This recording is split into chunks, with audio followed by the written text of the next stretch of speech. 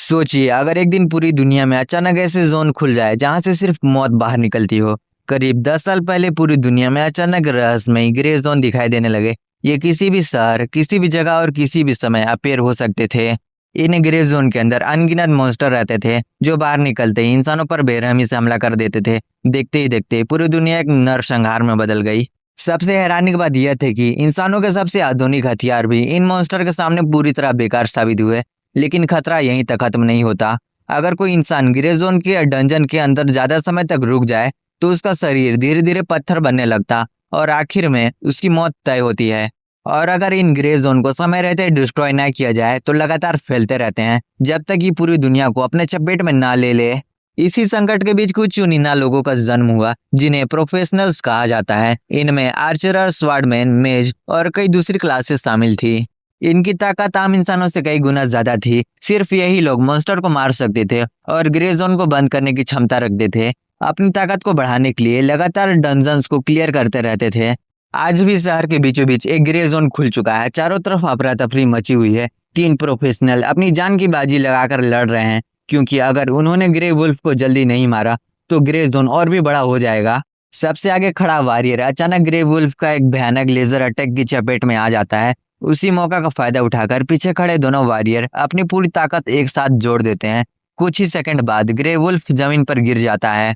दोनों राहत की सांस लेते हैं। आखिरकार उन्होंने लेवल 2 ग्रे वुल्फ को हरा दिया। लेकिन उनकी खुशी की असली वजह कुछ और थी। उन्होंने सामने वाले वॉरियर को सिर्फ चारे की तरह इस्तेमाल किया था। उनके लिए उसकी जान की कीमत नहीं। दोनों बिना पीछे देखे वहां से चले जाते हैं, यह सोचते हुए कि शायद वो अब तक मर चुका होगा और अगर नहीं भी मरा तो उन्हें कोई फर्क नहीं पड़ता। इधर वॉरियर असहनीय दर्द से तड़प रहा था। उसे लग रहा था कि उसका पूरा शरीर फट रहा हो। कुछ देर बाद वो धीरे धीरे अपनी आंखें खोलता है लेकिन उसे कुछ भी समझ नहीं आता। उसे तो याद है कि वो पिछली रात अपने ऑफिस में देर रात तक काम कर रहा था। फिर वो यहाँ कैसे पहुंच गया। वो घबराकर उठता है और आसपास देखने लगता है। तभी उसकी नजर पास पड़े पानी के गड्ढे पर जाती है। उसमें दिखाई देने वाला चेहरा उसका अपना नहीं था। उसी पल उसके सर में भयानक सर दर्द शुरू हो जाता है। ऐसा लगता है जैसे हजारों यादें जबरदस्ती उसके दिमाग में भर दी गई हो।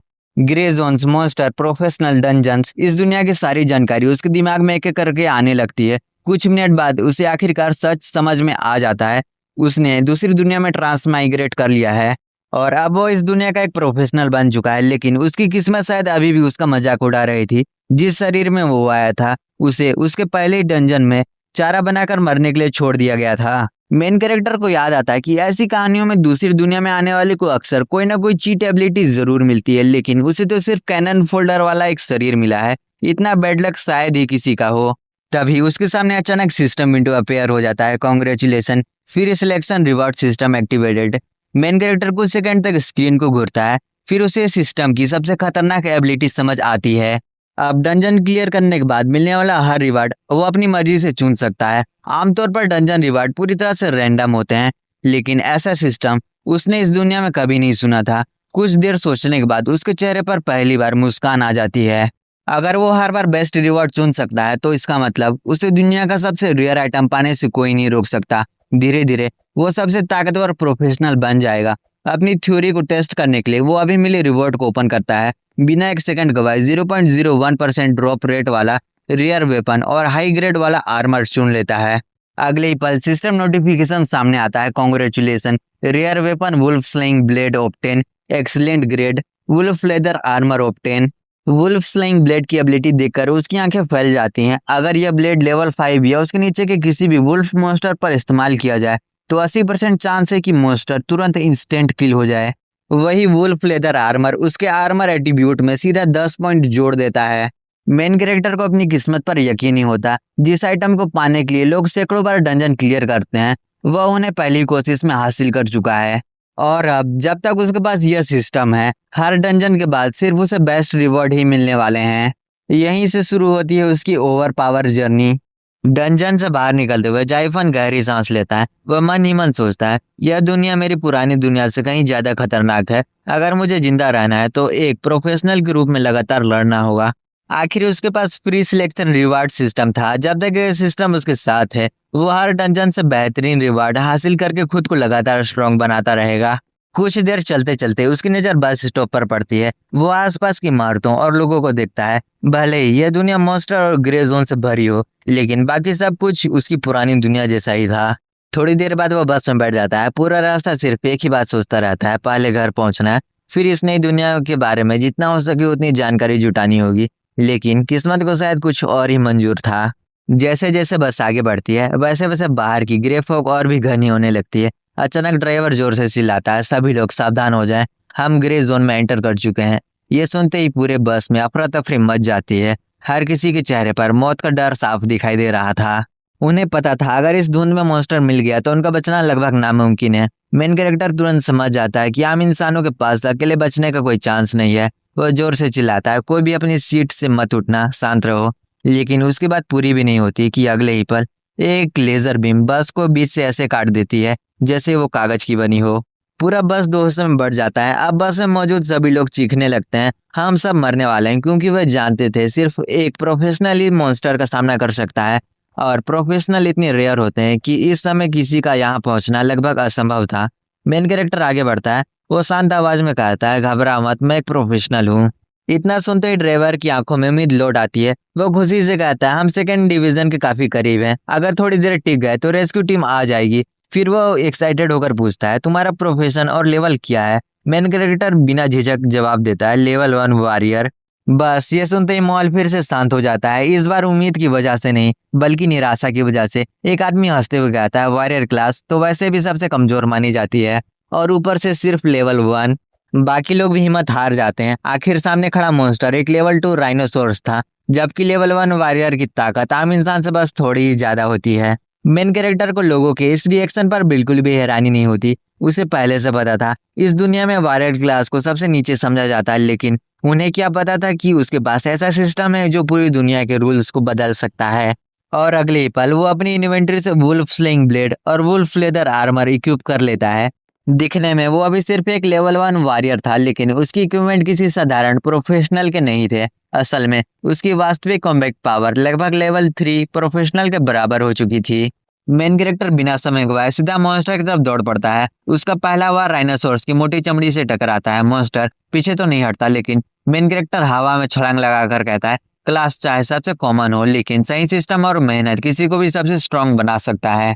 उसी समय राइनोसोरस अपना मुंह खोलकर अटैक कर देता है, लेकिन मेन कैरेक्टर बिजली जैसी रफ्तार से अपनी तलवार घुमाता है एक ही बार, और विशाल मॉन्स्टर दो हिस्सों में बंटकर जमीन पर गिर जाता है। पूरा इलाका कुछ सेकंड के लिए बिल्कुल शांत हो जाता है। बस में मौजूद सभी लोग हैरानी से उसे देखते रह जाते हैं। उन्होंने अपनी आंखों के सामने एक लेवल 2 मॉन्स्टर को सिर्फ 1 हिट में मरते देखा था। हालांकि मेन कैरेक्टर अपनी जीत से खुश था, लेकिन अगले ही पल वो हल्का सा निराश हो जाता है। इस बार मॉन्स्टर ने कोई नया इक्विपमेंट ड्रॉप नहीं किया था। वो बस सबको अलविदा कहता है और अकेले ही वहां से पैदल निकल पड़ता है। कुछ मिनट बाद सेकंड डिवीजन की प्रोफेशनल टीम मौके पर पहुंच जाती है और पूरे इलाके को सील कर देती है।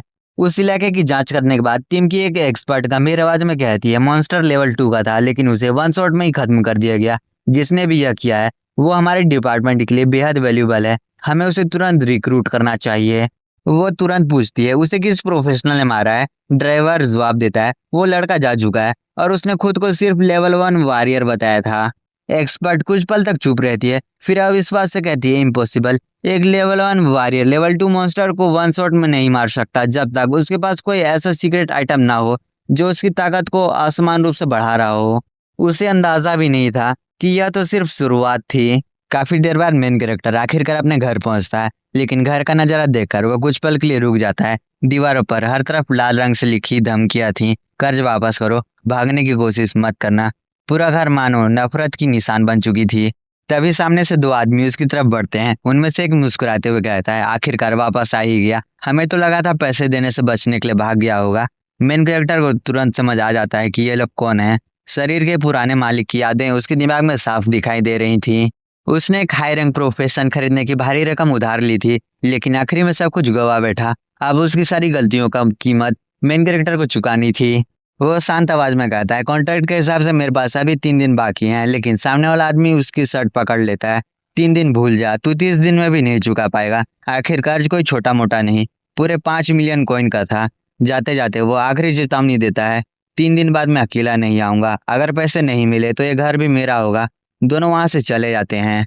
और मेन कैरेक्टर सच में पहली बार परेशान दिखता है। सिर्फ 3 दिन में 5 मिलियन आखिर लाऊं कहाँ से। वो घर के अंदर जाता है, तभी उसकी नजर लगातार बज रहे फोन नोटिफिकेशन पर पड़ती है। एक मैसेज में कोई उसके आर्च वेपन के लिए 50,000 कॉइन देने के लिए तैयार था। दूसरे में किसी ने डंजन मिशन के लिए मदद मांगी थी। यही वो पल था जब मेन कैरेक्टर के दिमाग में एक शानदार आइडिया आता है। अगर डंजन रिवार्ड्स बिक सकते हैं तो उसका फ्री सिलेक्शन रिवार्ड सिस्टम की असली कीमत अब शुरू होगी। वो हर बार सबसे रेयर इक्विपमेंट हासिल करेगा, उन्हें बेचेगा और आसानी से अपना कर्ज चुका देगा। उसके चेहरे पर फिर से कॉन्फिडेंस लौट आता है। मैं इतने छोटे कर्ज को अपनी स्ट्रांग बनने के रास्ते की रुकावट नहीं बनने दूंगा। शरीर के पुराने मालिक की यादों से उसे पता चलता है कि इस दुनिया में सिर्फ बड़े ग्रे जोन ही नहीं बल्कि नॉर्मल डंजन भी है जहां प्रोफेशनल लगातार लेवल अप करते हैं। मेन कैरेक्टर फैसला करता है कि पहले नॉर्मल डंजन से अपनी ताकत बढ़ाएगा और साथ ही रेयर इक्विपमेंट भी इकट्ठा करेगा।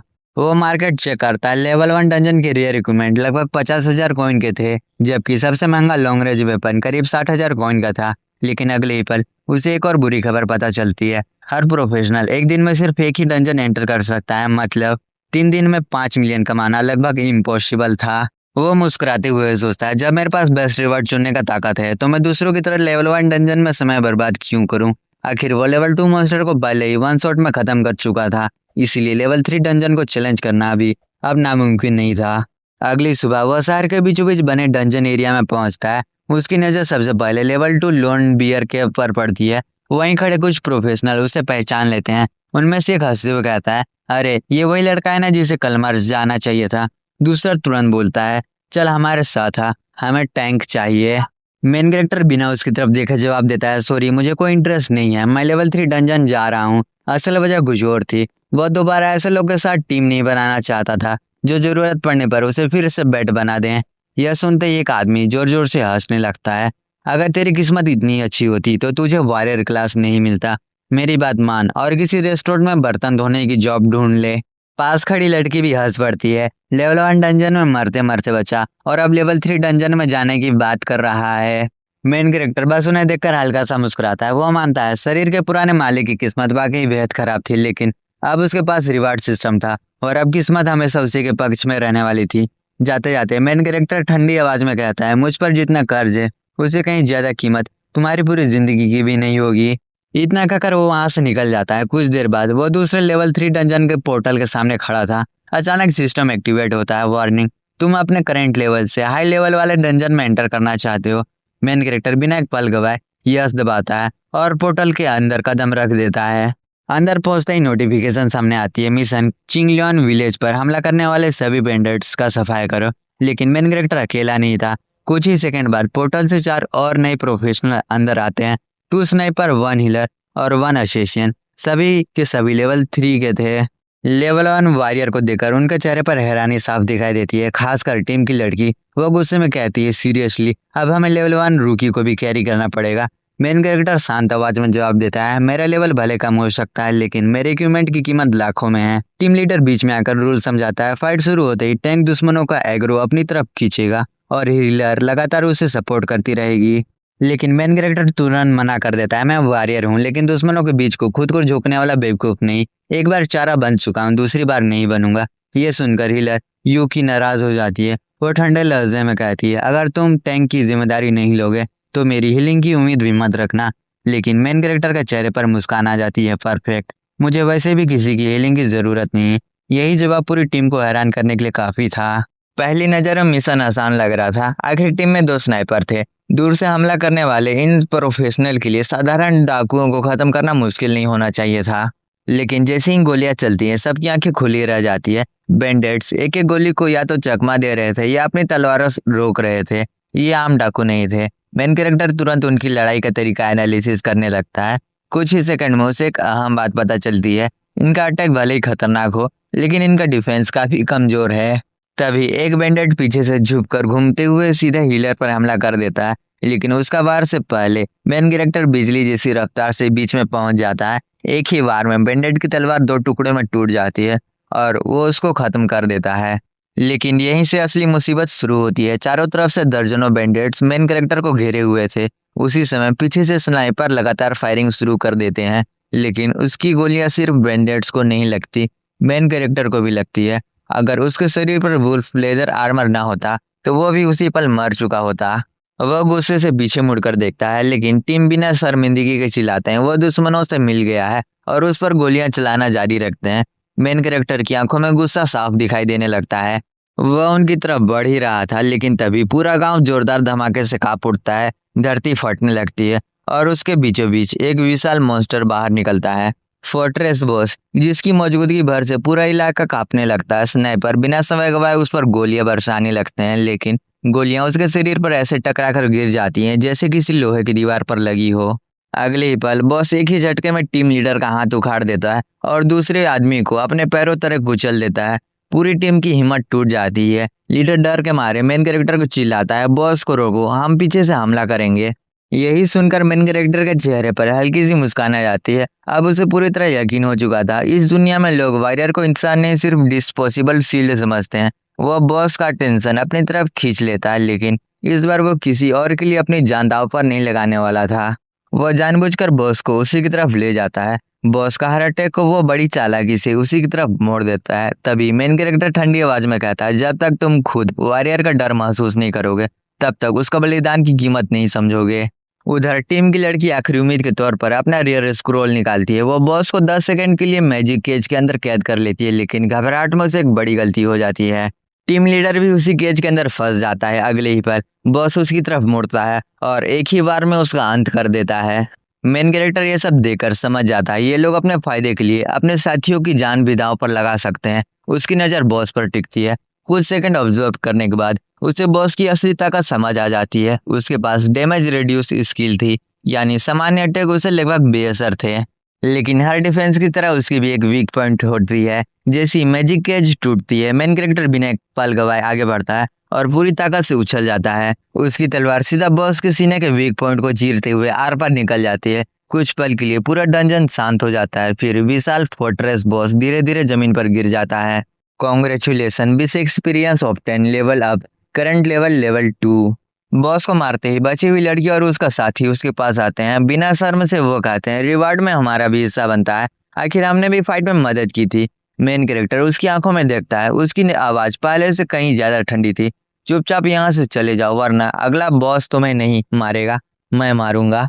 दोनों के चेहरे का रंग उड़ जाता है। वो बिना एक शब्द बोले डंजन छोड़कर तुरंत भाग जाते हैं। अब आखिरकार मेन कैरेक्टर अकेला था। वो अपने रिवार्ड सिलेक्शन सिस्टम को खोलता है, क्योंकि उसने अपने लेवल से कहीं ऊपर डंजन को क्लियर किया था। इस बार उसके सामने 3 जबरदस्त रिवार्ड आते हैं।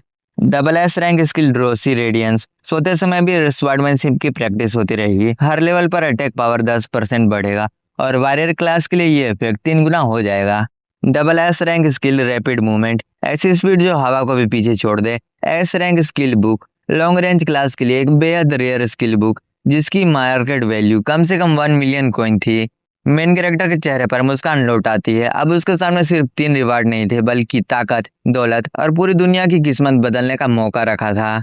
मेन कैरेक्टर अपने सबसे कीमती रिवार्ड में से एस रैंक स्किल बुक को बेचने का फैसला करता है। वो उसे ऑनलाइन ऑप्शन पर लिस्ट करता है। उसे उम्मीद थी कि शायद अच्छी कीमत मिलेगी, लेकिन कुछ ही मिनट में उसका फोन पर लगातार मैसेज आने लगती हैं। आखिरकार सबसे बड़ी बोली रुकती है 1.2 मिलियन कॉइन्स पर। मेन कैरेक्टर बिना देर किए डील एक्सेप्ट कर लेता है और अगले दिन बायर से मिलने का समय तय होता है। लेकिन उस रात उसके पास करने के लिए और कुछ काम था। उसे अपनी नई skill double S rank skill drowsy radius को टेस्ट करना था। जैसे ही वो बिस्तर पर लेटकर आंखें बंद कर रहता है और अगले ही पल वो एक सीक्रेट मिस्टीरियस प्लेस पर पहुंच जाता है। चारों तरफ सिर्फ अंधेरा था और उसके सामने ठीक उसी की तरह दिखने वाला एक क्लोन खड़ा था। बिना कुछ कहे क्लोन उस पर हमला कर देता है। दोनों के बीच जबरदस्त स्वॉर्ड फाइट शुरू हो जाती है। कुछ मिनट की लड़ाई के बाद मेन कैरेक्टर आखिरकार अपने क्लोन को हरा देता है। लेकिन जैसे ही पहला क्लोन गिरता है उसकी जगह दूसरा आ जाता है, फिर तीसरा, फिर चौथा, और देखते ही देखते सैकड़ों क्लोन उसके सामने खड़े थे। तभी उसे अपनी स्किल की असली मतलब समझ आती है। अगर मुझे स्ट्रांग बनना है तो मुझे हर रात खुद को ही हराना होगा, यानी उसका सबसे बड़ा दुश्मन और कोई मॉन्स्टर नहीं, वो खुद था। इसी दौरान CTH grey zone operation management bureau में इमरजेंसी मीटिंग चल रही थी। हाल ही में सभी घटनाओं का एनालिसिस किया जा रहा था। अधिकारियों ने बताया कि उन्होंने आई ऑफ द एंड नाम के संगठन के एक क्रिमिनल को गिरफ्तार किया है। पूछताछ के दौरान उनसे एक बेहद चौंकाने वाली बात पता चली। उनके पपेट ने भविष्य में होने वाली हर बड़ी घटना की भविष्यवाणी पहले से कर दी थी, लेकिन हाल ही में सामने आए उस रहस्यमयी वॉरियर का भविष्यवाणी में कहीं भी जिक्र नहीं था। यह पहली बार था जब पपेट की भविष्यवाणी गलत साबित हुई। अब सिर्फ गवर्नमेंट ही नहीं बल्कि आई ऑफ द एंड भी उस अननोन प्लेयर को हर कीमत में ढूंढना चाहता था। उन्हें अंदाजा भी नहीं था जिसकी तलाश पूरी दुनिया कर रही है वो इस समय आराम से अपने बिस्तर पर सो रहा था। अगली सुबह मेन कैरेक्टर अपनी आंखें खोलता है। रात भर उसने अपने ही क्लोन से लड़ाई की थी। उसका पूरा शरीर थका हुआ था लेकिन रिजल्ट देखकर उसके चेहरे पर मुस्कान आ जाती है। बेसिक स्वॉर्डमैनशिप लेवल 2 से लेवल 3 हो चुका था। सिर्फ एक ही रात में उसकी स्वॉर्डमैन स्किल फिर से लेवल अप हो चुकी थी। अब वो बायर से मिलने निकल पड़ता है। दोनों तय किए जगह पर मिलते हैं। बायर स्किल बुक हाथ में लेकर पेमेंट भेजता है लेकिन मेन कैरेक्टर नोटिफिकेशन देखकर हैरान हो जाता है। उसे तय किए गए 1.2 मिलियन की जगह सिर्फ 80,000 कॉइन मिले थे। बायर मुस्कुराता है फिर धीरे धीरे अपनी गन निकाल कर कहता है लेवल 2 के एक मामूली वॉरियर को इतने पैसे की क्या जरूरत, लेकिन उसने गलत इंसान को धमकाया था। अगली पल मेन कैरेक्टर उसकी गर्दन पकड़कर उसे हवा में उठा देता है। बायर का चेहरा डर से सफेद पड़ जाता है। उसे पहली बार एहसास होता है कि सामने खड़ा वॉरियर बिल्कुल भी साधारण नहीं है। घबराहट में वो तुरंत बाकी के कॉइन्स भी ट्रांसफर कर देता है और माफी मांगते हुए 2 लाख कॉइन एक्स्ट्रा कंपनसेशन भी देता है। यानी मेन कैरेक्टर को कुल मिलाकर 1.4 मिलियन कॉइन मिल जाते हैं। अपनी जान बचाने के बाद बायर एक और राज बताता है। इस स्किल बुक का इस्तेमाल करके वो 12 प्रोफेशनल की टीम के साथ एक बेहद खतरनाक डंजन को चैलेंज करने वाला था। नए प्लेयर्स उसे एक ही नाम से जानते हैं, न्यू वी हेल, क्योंकि उसके अंदर जाने वाले 99% लोग कभी वापस नहीं लौटते। उसका सर्वाइवल रेट 1% से भी कम था लेकिन जितना बड़ा रिस्क उतना ही बड़ा रिवॉर्ड।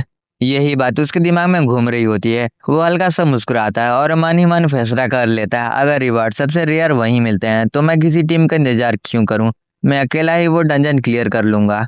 यहीं से उसकी अब तक की सबसे खतरनाक चैलेंज की शुरुआत होने वाली थी। इस बार मेन कैरेक्टर जिस डंजन में एंटर हुआ है वो अब तक का सबसे खतरनाक मिशन था। सिस्टम की नोटिफिकेशन सामने आती है। मिशन ज़ोंबी एपोकलिप्स से तबाह शहर में लगातार 3 दिनों तक जिंदा रहो। सिर्फ इतना पढ़कर ही अंदाजा लगाया जा सकता था कि यह कोई साधारण डंजन नहीं था। अंदर कदम रखते ही मेन कैरेक्टर सबसे पहले अपना चेहरा मास्क से ढक लेता है। वो नहीं चाहता था कि कोई उसकी असली पहचान जान सके।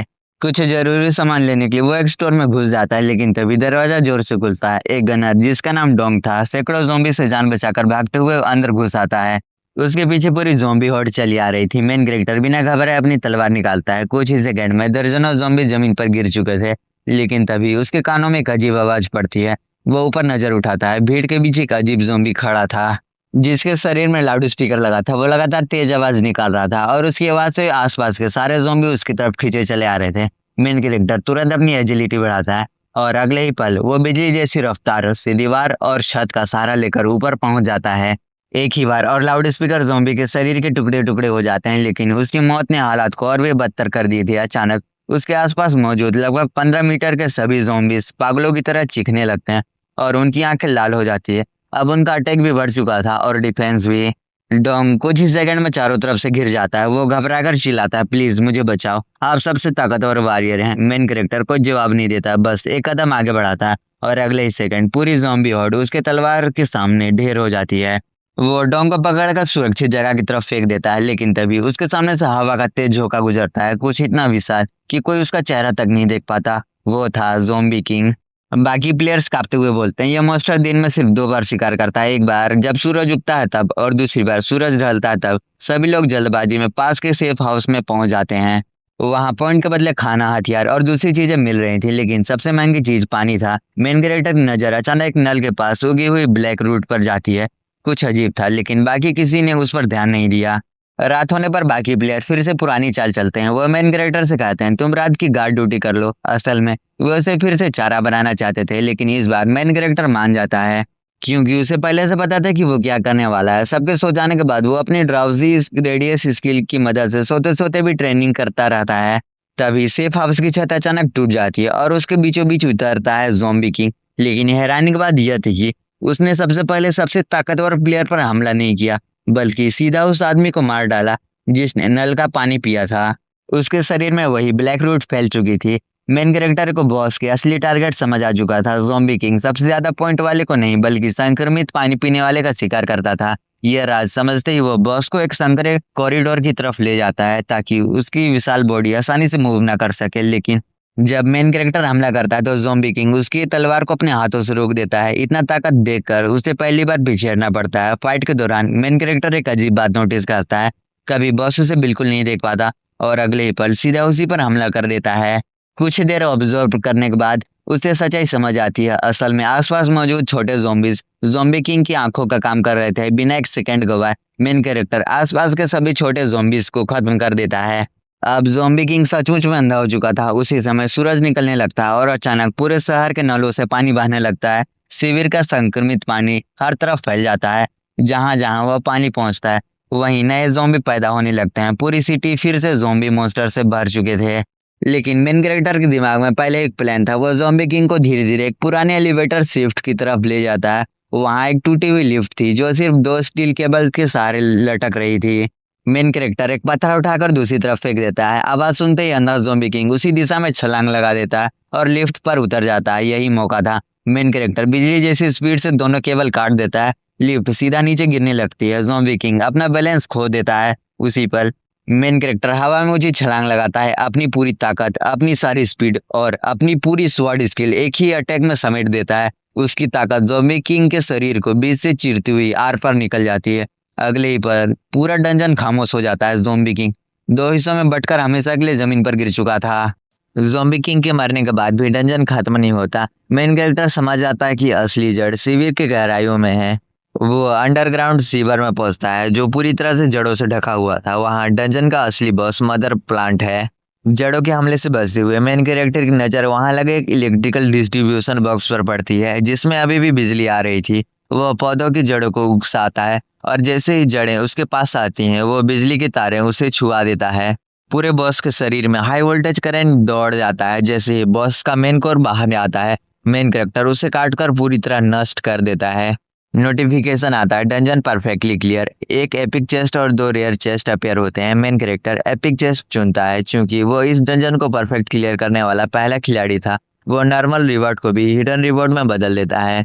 Legendary grade weapon secret judgement musket विशेष क्षमता भी होती है इसकी कुछ। कॉर्प्स किंग शेयर्ड विजन और दूसरी क्षमता होती है मदर प्लांट कॉन्शियसनेस कंट्रोल। इस डंजन को क्लियर करके वो लेवल 4 पर पहुंच जाता है। इसकी बुनियादी तलवारबाजी अब लेवल 4 हो चुकी है। वो लेजेंडरी मस्केट को ऑनलाइन नीलामी में डाल देता है जिसकी बोली तुरंत 3.6 मिलियन तक पहुंच जाती है। वो ट्रेंडिंग सेंटर जाकर हथियार बेचता है। अब उसके 5 मिलियन से ज्यादा पैसे आ जाते हैं और वो अपना सारा 5 मिलियन का कर्ज चुका देता है। हालांकि कर्ज चुकाने के बाद उसके पास सिर्फ 200 बचते हैं लेकिन अब वो आजाद है। वो देखता है कि ग्रे जोन एडमिनिस्ट्रेशन ब्यूरो बाहरी प्रोफेशंस को काम पर रख रहा है। वो पैसों के लिए काम करने का फैसला करता है ताकि कोई उसके हथियारों के सोर्स पर सवाल न उठाए। कर्ज चुकाने के बाद मेन कैरेक्टर सीधा एडमिनिस्ट्रेशन हॉल पहुंचता है। वहां पर अधिकारियों से किसी हाई पेइंग जॉब के बारे में पूछता है लेकिन जैसे ही वहां मौजूद लोगों को पता चलता है कि वो सिर्फ लेवल 4 वॉरियर है वे उसका मजाक उड़ाने लगते हैं। उन्हें लगता है कि एक वॉरियर आखिर कितना कमा सकता है। वहां मौजूद डिप्टी डायरेक्टर लिया चुन भी मेन कैरेक्टर की बात को ज्यादा गंभीरता से नहीं लगता लेकिन मेन कैरेक्टर अचानक एक भविष्यवाणी कर देता है। आज ही प्लाजा के पास एक बड़ा ग्रे जोन ब्रेकआउट होने वाला है। वहां मौजूद लोग उसकी बात सुनकर हैरान होते हैं और कुछ तो उसे झूठ समझकर हंसने लगते हैं। लेकिन ज्यादा समय नहीं बीतता कि प्लाजा की तरफ से अचानक तेज अलार्म बजने लगता है। कुछ ही पलों में सबको पता चल जाता है कि प्लाजा के बाद सच में नया ग्रे जोन अपेयर हो चुका है। मेन कैरेक्टर की भविष्यवाणी सच साबित हो गई थी। ग्रे जोन से एक बेहद अजीब और खूंखार मॉन्स्टर बाहर निकलता है। उसके शरीर से निकलने वाली ब्लड वाइन्स चारों तरफ फैलने लगती हैं और रास्ते में आने वाली लोगों को पकड़ना शुरू कर देती हैं। पुलिस तुरंत उस पर गोलियां चलाती हैं लेकिन उनकी बुलेट्स मॉन्स्टर पर बिल्कुल भी असर नहीं करती। तभी मौके पर मेन कैरेक्टर पहुंच जाता है। वह बिना घबराए अपनी तलवार निकालता है और मॉन्स्टर की तरफ बढ़ जाता है। अगली पल मेन कैरेक्टर सिर्फ एक स्वॉर्ड स्ट्राइक करता है और मॉन्स्टर की सारी कठोर ब्लड वाइन्स एक साथ कटकर जमीन पर गिर जाती हैं। वहां मौजूद लोग यह देखकर हैरान रह जाते हैं कि जिस मॉन्स्टर पर पुलिस की इतनी सारी गोलियां बेअसर थीं, उसकी सारी वाइन्स एक वॉरियर ने सिर्फ एक बार में काट दी। मेन कैरेक्टर मदद से पहले एडमिनिस्ट्रेशन के सामने अपनी शर्त रख देता है। इस रेस्क्यू मिशन के लिए मुझे 1 मिलियन कॉइन चाहिए और इसके बाद एडमिनिस्ट्रेशन की ऑफिशियल लिस्ट में मुझे सबसे हाई पेमेंट रेट वाले प्रोफेशनल्स में शामिल किया जाए। तभी एक छोटी बच्ची की चीखने की आवाज सुनाई देती है। मॉन्स्टर की ब्लड वाइन्स ने उसे भी पकड़ लिया था। मेन कैरेक्टर तुरंत उसकी तरफ दौड़ पड़ता है लेकिन तभी उसे समझ आता है कि सिर्फ ताकत से हमला करना काफी नहीं होगा। वो अपनी शेयर्ड विजन एबिलिटी का इस्तेमाल करता है। इस स्किल की मदद से वो मॉन्स्टर के देखने की तरीके को समझने की कोशिश करता है। कुछ ही सेकंड में उसे पता चलता है कि ये मॉन्स्टर अपनी आंखों से नहीं बल्कि ग्राउंड वाइब्रेशन से आसपास के लोगों की लोकेशन पता करता है। अब मेन कैरेक्टर को मॉन्स्टर की कमजोरी समझ आ चुकी थी। वो अपनी विंड कंट्रोल आर्ट का इस्तेमाल करता है और हवा की मदद से जमीन से ऊपर उठ जाता है। अब उसके पैर जमीन को छू नहीं रहे थे। वो हवा में बेहद तेजी से आगे बढ़ रहा था, इसलिए मॉन्स्टर उसकी मूवमेंट को वाइब्रेशन के जरिए डिटेक्ट नहीं कर पा रहा था। मेन कैरेक्टर पहले बच्ची को ब्लड वाइन से छुड़ाता है और फिर बाकी सभी बंधकों को सुरक्षित बाहर निकालता है। इसके बाद वो मॉन्स्टर पर अपना अंतिम हमला करता है और उसे पूरी तरह खत्म कर देता है। रेस्क्यू मिशन पूरा होता है। एडमिनिस्ट्रेशन मेन कैरेक्टर को तय किए गए 1 मिलियन कॉइन का पेमेंट कार्ड सौंप देता है। साथ ही उसे एडमिनिस्ट्रेशन की टॉप पेमेंट लिस्ट में ऑफिशियली शामिल कर दिया गया है। लेकिन मेन कैरेक्टर के पास इस ग्रे जोन को लेकर एक और चौंकाने वाली जानकारी थी। वो खुलासा करता है कि ये ग्रे जोन प्राकृतिक रूप से पैदा नहीं हो रहे हैं। उसके मुताबिक किसी ने इसे जानबूझकर आर्टिफिशियली क्रिएट करना शुरू कर दिया है, यानी ग्रे जोन के पीछे कोई इंसानी ऑर्गेनाइजेशन काम कर रही है। दूसरी तरफ दुश्मनों के संगठन आई ऑफ ट्रिम्यूस में एक महत्वपूर्ण मीटिंग चल रही होती है। ऑर्गेनाइजेशन का एग्जीक्यूटिव लंप लाइथर बाकी लोगों के साथ हाल ही की घटनाओं पर चर्चा करता है। वे जल्दी समझ जाते हैं कि कोई अननोन आदमी उनके प्लान में लगातार रुकावट पैदा कर रहा है, और वो अननोन आदमी और कोई नहीं बल्कि हमारा मेन कैरेक्टर जाइफन है। मेन कैरेक्टर को सीधा रोकना आसान नहीं होगा, इसलिए वे उसके खिलाफ एक नया ट्रैप तैयार करने का फैसला करते हैं। उनका मकसद मेन कैरेक्टर को ऐसी सिचुएशन में फंसाना था जहां वो खुद को बचा ना सके। इसी बीच मेन कैरेक्टर को एक मीडियम साइज ग्रे जोन के अपीयर होने की सूचना मिलती है। वो बिना समय गवाए वहां पहुंच जाता है। वहां पहुंचते ही उसकी नजर इंटरसेप्टर गिल्ड के घमंडी कैप्टन पर पड़ती है। वो खुद को बाकी प्रोफेशनल से बेहतर साबित करना चाहता था, इसलिए बिना किसी प्लान के सीधे मॉन्स्टर पर हमला कर देता है। कैप्टन का हमला सफल रहता है और वो मॉन्स्टर को मार गिराता है, लेकिन हैरानी की बात यह होती है कि मॉन्स्टर के मरने के बाद भी कोई रिवॉर्ड ड्रॉप नहीं होता। कैप्टन को कुछ समझ आता है। उससे पहले ही उस मरे हुए मॉन्स्टर के शरीर के आसपास अचानक ब्लैक मिस्ट फैलने लगती है। अगले ही पल उस ब्लैक मिस्ट के अंदर से वो मॉन्स्टर फिर से उठ खड़ा होता है। वहां मौजूद प्रोफेशनल घबरा जाते हैं। उन्हें कुछ समझ नहीं आता कि जिस मॉन्स्टर को अभी अभी मारा गया था वो दोबारा जिंदा कैसे हो गया। तभी मेन कैरेक्टर आगे बढ़ता है। वो मॉन्स्टर पर हमला करना शुरू कर देता है और उसकी बॉडी को ध्यान से ऑब्जर्व करता है। कुछ अटैक के बाद मेन कैरेक्टर को एक अजीब बात महसूस होती है। मॉन्स्टर का शरीर कोई नॉर्मल नहीं था। वो समझ आता है कि ये वास्तव में कोई एक विशाल जीव नहीं है। पूरा शरीर मॉन्स्टर असल में अनगिनत छोटे छोटे बीटल से मिलकर बना हुआ था। ये सारे कीड़े एक साथ जुड़कर एक बड़ा मॉन्स्टर का रूप ले ले रहे थे। अब मेन कैरेक्टर अपनी शेयर्ड विजन एबिलिटी का इस्तेमाल करता है। वो पूरे बीटल में से वो उस खास कीड़े को ढूंढ रहा था जो बाकी सभी को कंट्रोल कर रहा था। आखिरकार उसे वह मिल जाता है। मेन कैरेक्टर बिना कोई मौका गवाए सीधा उस मेन इंसेक्ट की तरफ बढ़ता है और एक बेहद सटीक हमला करता है। कमांडर इंसेक्ट एक ही बार में खत्म हो जाता है। जैसे ही कमांडर इंसेक्ट मरता है बाकी पूरे बीटल अपना कंट्रोल खो देते हैं। हजारों कीड़े एक दूसरे से अलग होकर चारों तरफ बिखरने लगते हैं। विशाल मॉन्स्टर का शरीर भी टूटकर बिखर जाता है और आखिरकार ग्रे जोन में मची पूरी तबाही रुक जाती है। एक बार फिर मेन कैरेक्टर ने सिर्फ अपनी ताकत से नहीं बल्कि ऑब्जर्वेशन और सही स्ट्रेटेजी से एक ऐसे मॉन्स्टर को हरा दिया था जिसे बाकी प्रोफेशनल समझ ही नहीं पाए। इसी के साथ ये पार्ट यहीं पर खत्म होता है। ये वीडियो कैसा लगा कमेंट में जरूर बताएं। तो मिलते हैं अगली किसी वीडियो में। Thanks for watching.